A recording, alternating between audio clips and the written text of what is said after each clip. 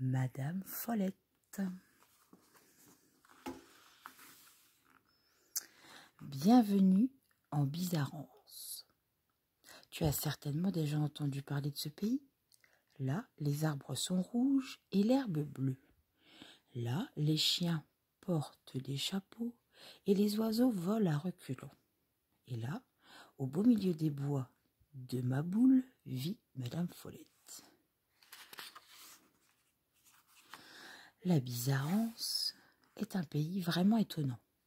Si un jour tu rencontres un ver de terre qui porte un canotier et un nœud papillon, tu sauras que tu es arrivé en Bizarrance. Si tu aperçois ensuite un cochon rose qui joue au tennis, tu en auras la confirmation. Oui, tu seras bel et bien en Bizarrance. Un matin de janvier, Madame Follette prenait son petit déjeuner, confiture et lait sucré. Tout en mangeant, elle lisait le journal Le Bizarrissoir, comme tous les matins. Soudain, un titre attira son attention. Elle arrêta de manger et commença à lire l'article. Coupe de Bizarrance, était-il écrit. Elle a été remise par le roi Monsieur Étonnant pour l'idée la plus étonnante de l'année, un arbre vert. Le second prix a été décerné à Madame Insensée et le troisième à Monsieur Hurluberlu.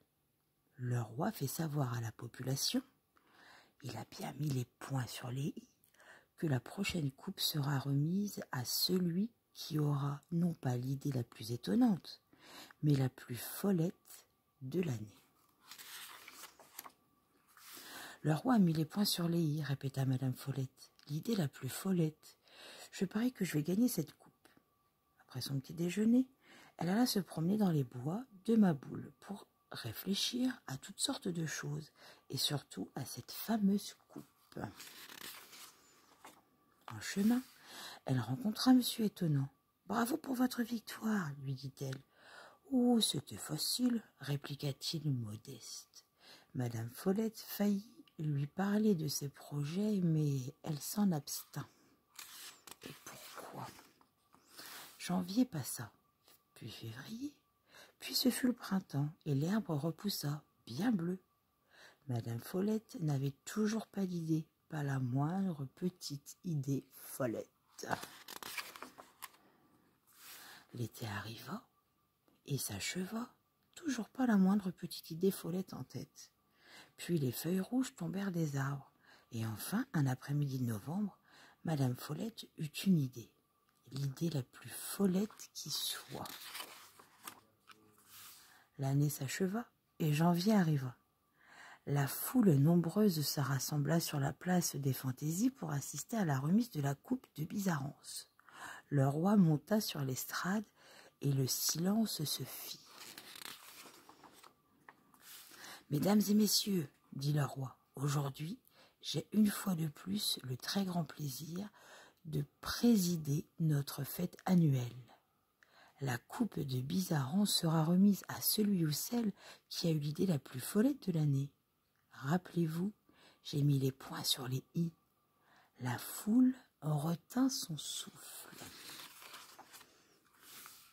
Et voici le premier concurrent, annonça le roi. J'ai nommé Monsieur Bizarre. La foule regarda Monsieur Bizarre qui brandissait sa dernière invention, une télévision sans écran.